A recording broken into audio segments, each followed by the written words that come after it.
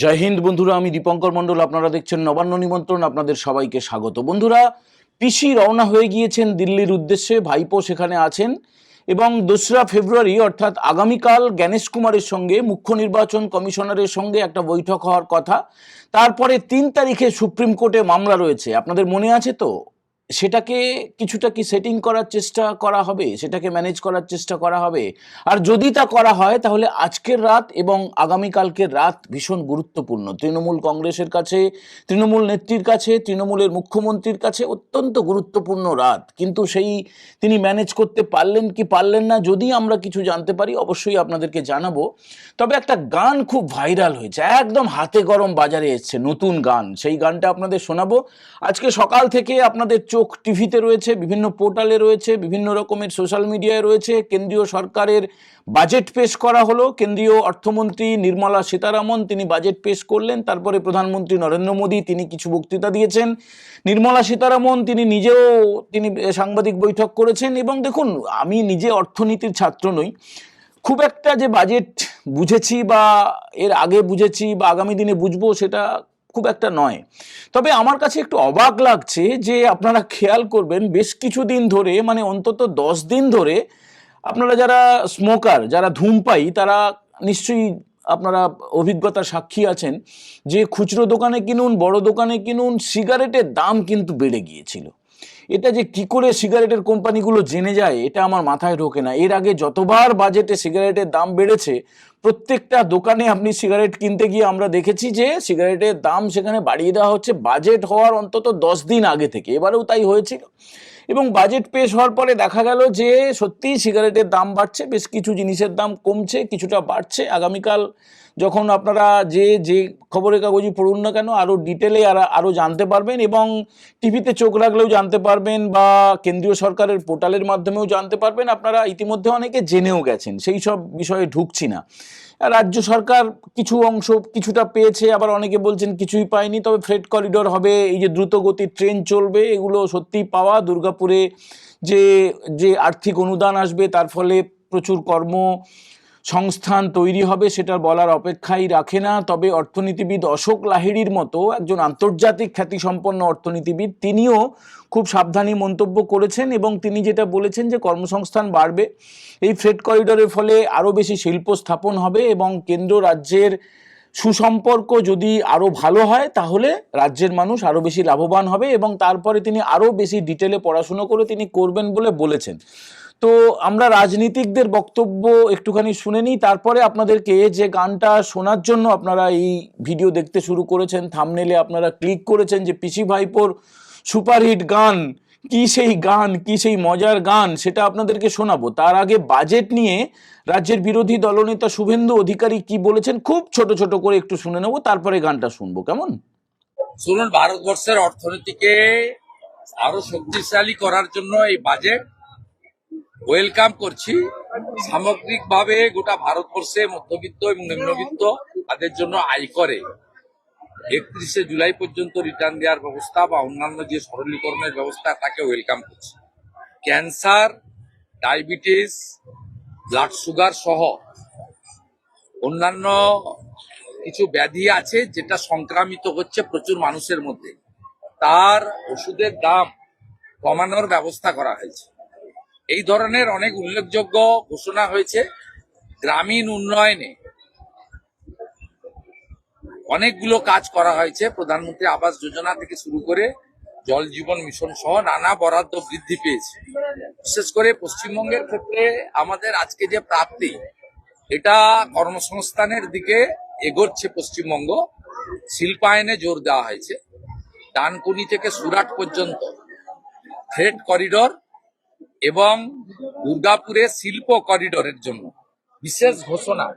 পশ্চিমবঙ্গে গত 15 বছরে যে 6888টা শিল্প চলে গেছে এবং শিল্পে শ্মশান হয়েছে, শিল্প ছাড়া কর্মসংস্থান এবং রাজস্ব বৃদ্ধি হতে পারে না। সেই জায়গায় একটি নতুন দিশা আজকের এখানে দেওয়া হয়েছে।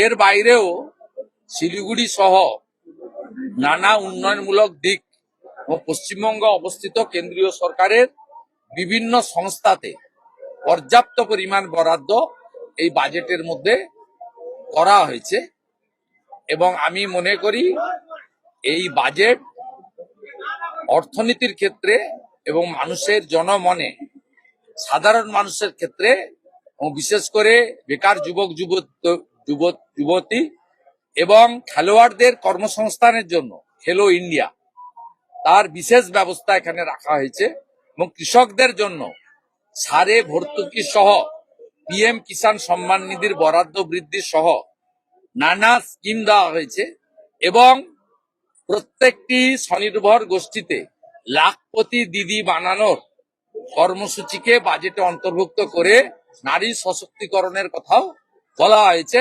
এক কথায় এই বাজেটকে স্বাগত জানাতে পারি। পশ্চিমবাংলার জনগণকে বলবো এপ্রিল মাসে বিধানসভা ভোটে এবারে পরিবর্তন আনুন, বিজেপিকে আনুন, যাতে কেন্দ্রীয় সরকারের এই জনমুখী বাজেট পশ্চিমবঙ্গের গ্রামান্তরে আমরা পৌঁছে দিতে পারি এবং কেন্দ্র রাজ্য একসঙ্গে কাজ করতে পারি। ডবল ইঞ্জিনের সরকার দরকার। 21টা রাজ্যে এর সুফল যেভাবে পাওয়া যায় এখানে পাওয়া যায় না। এখানে আয়ুষ্মান ভারত চালু হয় না, এখানে বিশ্বকর্মা যোজনা চালু হয় না, এখানে প্রধানমন্ত্রী ফসল বীমা যোজনা থেকে শুরু করে হিন্দুদের নাম পিএম কিষাণ সম্মান নিধিতে রাজ্য সরকার পাঠায় না। ৭৩ লক্ষ কৃষক নথিভুক্ত কৃষক ৫৪ লক্ষ নাম পাঠায়, আর যারা হিন্দু আরো প্রাপ্যযোগ্য প্রধানমন্ত্রী দিতে চাইলেও তাদের নাম রাজ্য সরকার পাঠায় না। তাই পশ্চিমবঙ্গে এই বাজেটের যদি প্রপার সুফল নিতে হয়, বাংলার মানুষকে শুধু নন্দীগ্রাম জিতালে হবে না, সংখ্যাগরিষ্ঠ আসনে ভারতীয় জনতা পার্টিকে জেতাতে হবে। গানটা শুনবো। আপনারা শুনলেন শুভেন্দুবাবুর কথা। শুভেন্দুবাবু আজকে নন্দীগ্রামে একটা কর্মসূচিতে ছিলেন এবং সেখানে তিনি সাংবাদিকদের বলেছেন, দেখুন একদম শুরুতেই যেটা বললাম, আমরা যে বিষয়ে ভালো বুঝি না, মানে আমি নিজে অর্থনীতি ছাত্র নই, ফলে বাজেট নিয়ে পাণ্ডিত্য দেখানোর কোনো মানে হয় না। আমি নিজে একদম গ্র্যাজুয়েশন পর্যন্ত ছিলাম সাহিত্যের ছাত্র, তারপরে পোস্ট গ্র্যাজুয়েশনে সাংবাদিকতা নিয়ে পড়াশুনো করেছি, তারপরে সাংবাদিকতা করেছি। তো বিভিন্ন বিষয়ে, পলিটিক্যাল বিষয়ে আপনাদেরকে বলতে পারি বা অন্যান্য কোনো ইনসিডেন্ট নিয়ে আমরা আলোচনা করতে পারি। এই জন্য বাজেট নিয়ে আলাদা করে এপিসোড করলাম না। এবং শুভেন্দুবাবু কি বলতে চেয়েছেন সেটা আশা করি আপনারা শুনলেন। এবারে ওই গানটার কথা বলি, যে গানটা যে পিসি ভাইপোর সুপারহিট গান, একদম হাতে গরম, একদম মার্কেটে নতুন এসছে গানটা। বিজেপি গানটাকে পাবলিশ করেছে। গানটার কে কথা দিয়েছে, সুর দিয়েছে, কে অভিনয় করেছে জানা নেই, কিন্তু গানটা আমি পাওয়া মাত্র ভাবলাম এই গানটাই আপনাদেরকে আমার শোনানো উচিত। গানটাকে একটুখানি শুনুন, আপনারা বলবেন কেমন হলো, বলবেন, শুনুন। জয় মাধবেশ্বরী মনোবাসনা পূর্ণ করি বোমাগুলি ফি বছর তাই তাড়াবতী ও মুলিচ্ছর যাও চলে।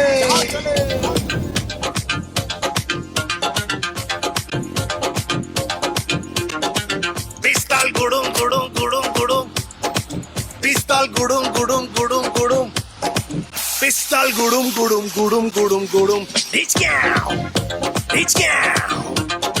পিস্তল গুড়ুম গুড়ুম গুড়ুম গুড়ুম গুড়ুম। এক গুলিতে করছে ফিনিশ তিনু লাটের বাট, গুন্ডা নেতা পাঁচ করিয়ে রাজ্য শ্মশান ঘাট। পিসি যদি ফর্মে থাকে ভোটেতে বোমা ফাটে, দানা ট্রিগার পেটো সবই ফাও। পিস্তল গুড়ুম গুড়ুম গুড়ুম গুড়ুম গুড়ুম, পিস্তল গুড়ুম গুড়ুম গুড়ুম গুড়ুম গুড়ুম, পিস্তল গুড়ুম গুড়ুম গুড়ুম গুড়ুম গুড়ুম।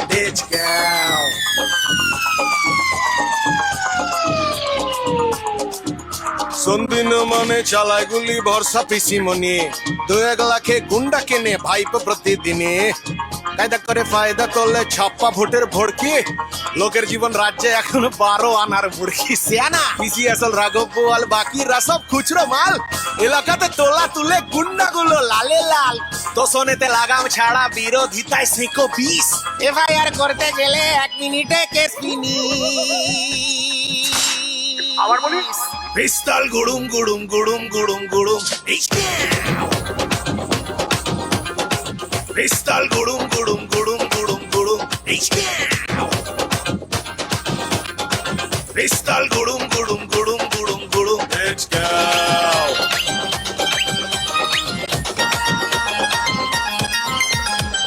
জানের মিথ্যে বাণী শোনাই শুধু মক্কি রানী কালীঘাটের সব পার্টি ওর ডিনারে খায় কাটে মানি ভাই পই পালের গোদা নাটের গুরু আসল ডন সইবে না বাংলা এবার 26-এ দেই বিসর্জন গোলামুল রাজ্যটাকে তুলেছে মরার কাটে পিসি তুমি বিদায় হও চলবে না গুড়ুম গুড়ুম গুড়ুম গুড়ুম গুড়ুম চলবে না গুড়ুম গুড়ুম গুড়ুম গুড়ুম গুড়ুম চলবে না গুড়ুম গুড়ুম গুড়ুম গুড়ুম গুড়ুম